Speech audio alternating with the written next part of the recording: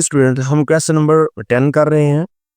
ठीक है, रीडिंग मैंने आपसे करवा दी स्टेटमेंट की। तो जो इन्वेस्टेड अमाउंट है वो कितनी है जी? ठीक है, इन्वेस्टेड अमाउंट जो उसने बैंक में रखवाई है, इन्वेस्टेड अमाउंट वो है जी 3,50,000। ठीक हो गया, तो ये उसकी इन्वेस्टेड अमाउंट है। सॉरी, चलिए यहाँ पे काम आ रहा था। ठीक हो गया। उसके बाद जो टोटल टाइम है इसका,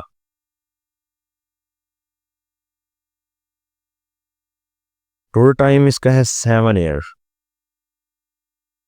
7 ईयर्स। ठीक है, लेकिन होता क्या है कि जो पहले 2 साल है उसकी रेट, जो इंटरेस्ट रेट है या प्रॉफिट रेट चले कहें, क्वेश्चन में प्रॉफिट आया हुआ था, वो और है, और अगले जो बाकी 5 साल है वो और है। तो मैं लिखता हूँ कि फर्स्ट 2 ईयर जो है ना, first 2 year profit rate. Okay हो गया जी। प्रॉफिट रेट वो है 7 से 1/4%। ओके, तो जो नेक्स्ट 5 है, ठीक है, नेक्स्ट 5 ईयर्स का जो रेट है प्रॉफिट रेट, वो है 8%। अब हमने क्या करना है, क्योंकि टोटल 7 ईयर्स हैं, पहले 2 साल का इससे कैलकुलेट करेंगे। ठीक है, अगले जो 5 साल है उसका इसके साथ कैलकुलेट करेंगे, एंड पे दोनों का जो टोटल प्रॉफिट है वो ऐड कर लेंगे, तो आपके पास जो है वो क्वेश्चन सॉल्व हो जाएगा। तो हम कैलकुलेट करते हैं पहले फर्स्ट 2 ईयर का, कि फर्स्ट 2 ईयर्स प्रॉफिट। ठीक हो गया जी। तो इसके लिए हमारे पास फार्मूला वही जैसे वो मार्कअप वाला है, आरपीटी वाला। ठीक है, तो प्रॉफिट आर पी और टी, रेट कितना है जी हमारे पास? ये रहा प्रिंसिपल अमाउंट 3,50,000 और डाइम 2, और क्योंकि ये परसेंट में है इसका डिवाइड बाय 100 करना होता है। ठीक हो गया।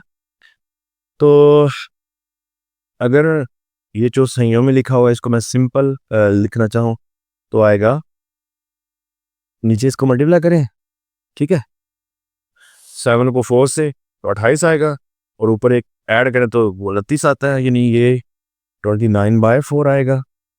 ठीक है, मल्टीप्लाई बाय ये रहा, और ये 2/100।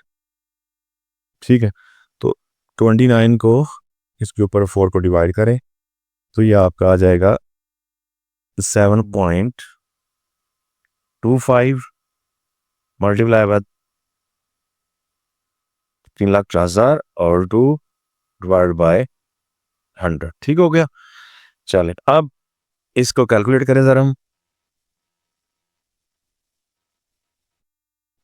3,50,000 इसको 7 से 25 हुए, और फिर 2 से भी, और डिवाइड बाय कर लें 100 यहाँ पे, तो ये बन रहा है जी 50,750। ठीक है, तो ये जो है अमाउंट पहले 2 साल की है। उसके बाद हम देखते हैं जी नेक्स्ट जो है वो अभी 5 ईयर रहते हैं।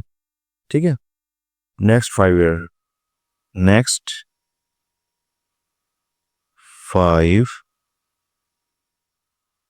Years profit.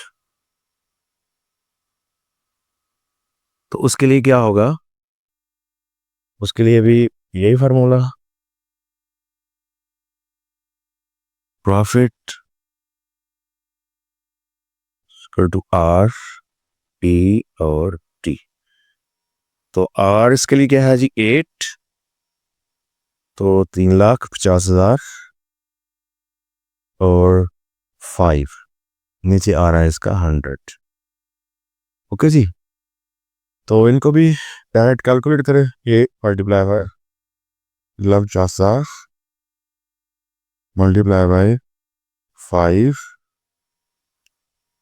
डिवाइड बाय 100, तो 1,40,000।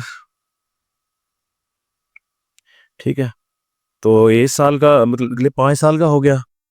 ठीक है, एक हमारे पास ये निकला था पहले 2 साल के लिए, और एक हमारे पास ये निकला है।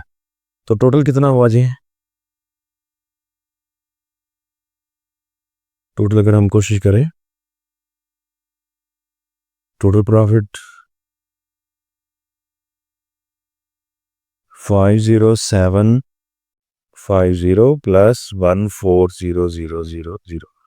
ठीक हो गया जी, इसमें ऐड कर लें 5750, तो ये हमारे पास टोटल बन रहा है 19,0750। ओके हो गया जी, टोटल प्रॉफिट।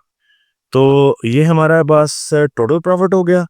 ठीक है, 2 साल का भी और 5 साल का भी। लेकिन क्वेश्चन पे अगर थोड़ा गौर करें तो उन्होंने टोटल अमाउंट पूछी है, यानी प्रॉफिट को भी मिला ले और जो उसने इन्वेस्ट किया हुआ है उसको भी मिला ले, तो टोटल अमाउंट कितनी हुई? वो तो टोटल प्रॉफिट हो गया ना 7 ईयर्स का। टोटल अमाउंट इसमें हम जो 3,50,000 उसने इन्वेस्ट किया हुआ है, ठीक है, उसको भी ऐड करेंगे और ये टोटल प्रॉफिट को भी ऐड कर लेंगे। तो इसको ऐड करने के बाद हमारे पास जो टोटल अमाउंट है जी वो बनेगी 5,40,750। ये इसका टोटल अमाउंट का आंसर आएगा। ओके हो गया जी। जी, ये आपका कंप्लीट आंसर इन जो की डिमांड थी टोटल अमाउंट। तो यहाँ पर हमारा जो है चैप्टर नंबर 1 इसके टोटल लेक्चर्स का इख्तिताम होता है। नेक्स्ट वीडियो में इंशाल्लाह चैप्टर नंबर 2 से लेक्चर सीरीज का एक तरतीब से आगाज़ करेंगे और आपकी खिदमत में हाज़िर होंगे। तो में ज़रूर याद रखिएगा। तब तक के लिए अल्लाह हाफिज़।